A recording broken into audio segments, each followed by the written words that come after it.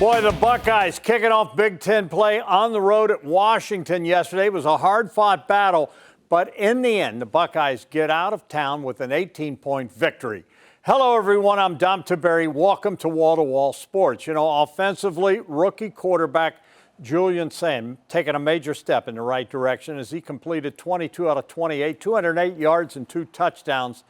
But to me, the silver bullets, the defense, the difference in this game. The silver bullets shutting that high-powered Washington offense down, limiting the Huskies to just 234 total yards, 6 points, as Ohio State goes on to win 24-6, ending Washington's 22-game winning streak.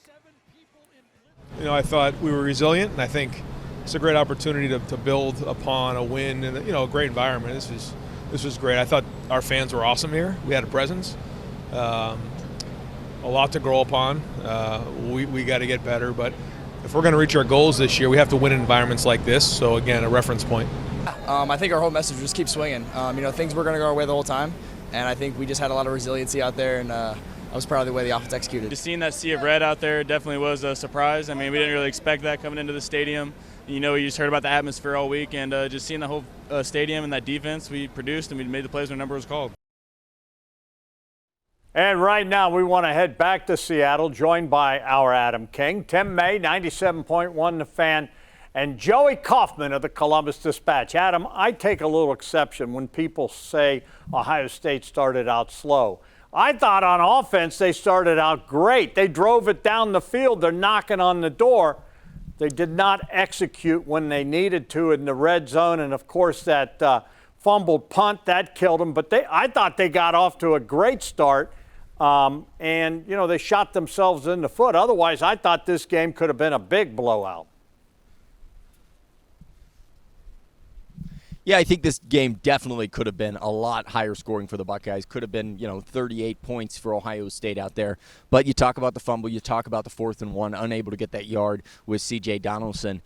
I don't think a slow start is the right term, but it was definitely a clunky start. It was definitely not a good start. I tweeted out at one point that this game has lost its mind after Washington faked a field goal. It just felt like everything was happening in this game except for scoring. And in the end, Ohio State got the football back, and they started to put together great drives. I thought that was what was most impressive of the offense. It wasn't a big play that got them back in this game. It was 2 really long drives that did 2 things. It took the crowd out of it, and it took the clock down a lot. And that kind of changed the entire atmosphere here. Ryan Day calls it the middle 8. They definitely dominated the middle 8. All right, Joey, I want your opinion. I personally believe that Julian Sayin made a huge step in the right direction. You grade his performance. How do you think he did? I thought he did really well. 22 of 28 the first time going on the road where you're dealing with silent count and just a lot of muffled communication before the snap, and really just looked poised in some tough situations too, where Washington's bringing pressure as he finds Jeremiah Smith on that first touchdown over the middle running a drag, quickly identifies where he needs to go with the ball. I mean, you think back to when he first got to Ohio State, Ryan Day always talked about how great a processor he was, and you see that fast processing combined with his quick release, and even in a different setting, a more hostile setting, he did what you're supposed to do. Tim, was this the test that Julian Sayin needed to earn the trust to take the next step? I mean, you know as well as I do, it's a process, and there's only one way to get the experience, but was this the next major step to get even more trust when it comes to running this offense?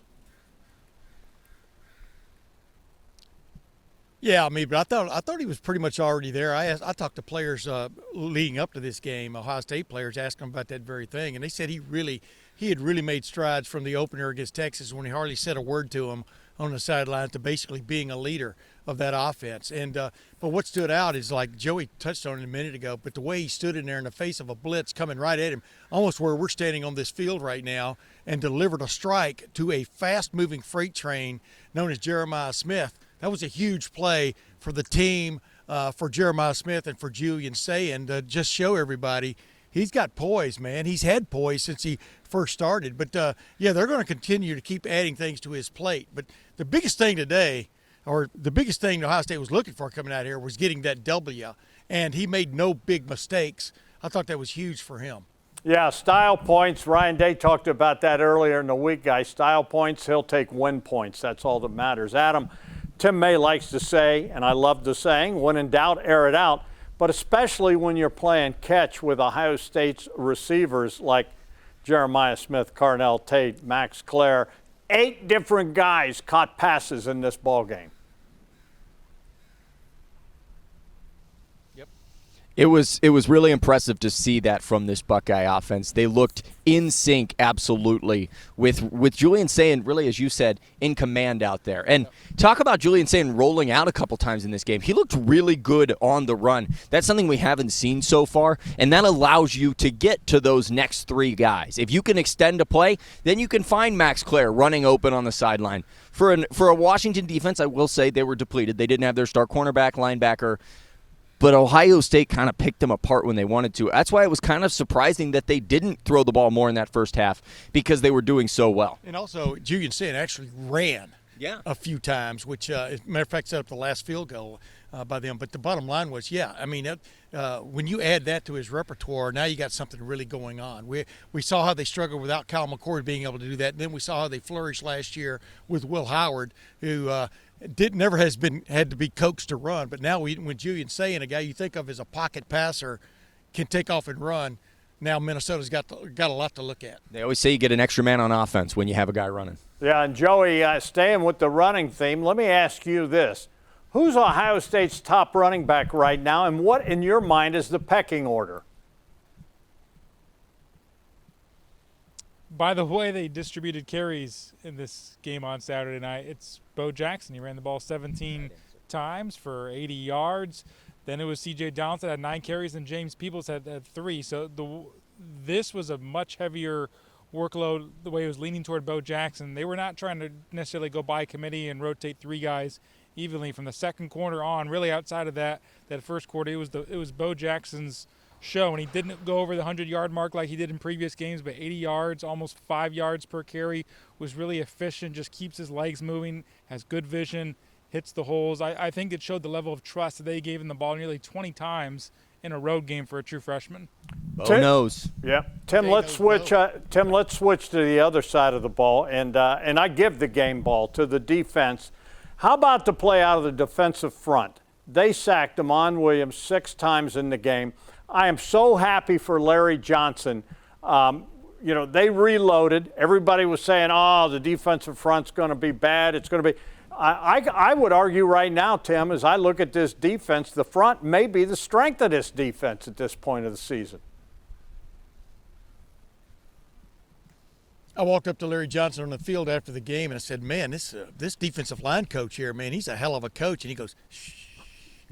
Because he's one of those guys that doesn't look for credit, but obviously he had his guys riled up. And I'm talking about 4 deep or 6 deep riled up. And the way Caden Curry and Kenyatta Jackson play, but Caden Curry especially, had his best game as a Buckeye, agreed? Mm-hmm. And then Caden McDonald getting that last sack where he just came up the middle, and it was basically Washington's last gasp. He just ran right by his guy.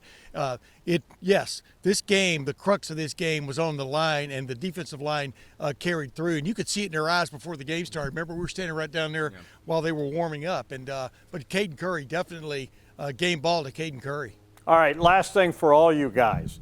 And I have been so impressed with Matt Patricia and Temmie Walton, the way they have brought this defense together. It's playing so fast. The way that they are, they haven't given up a rushing touchdown, and they kept them to 6 points, this high-powered offense.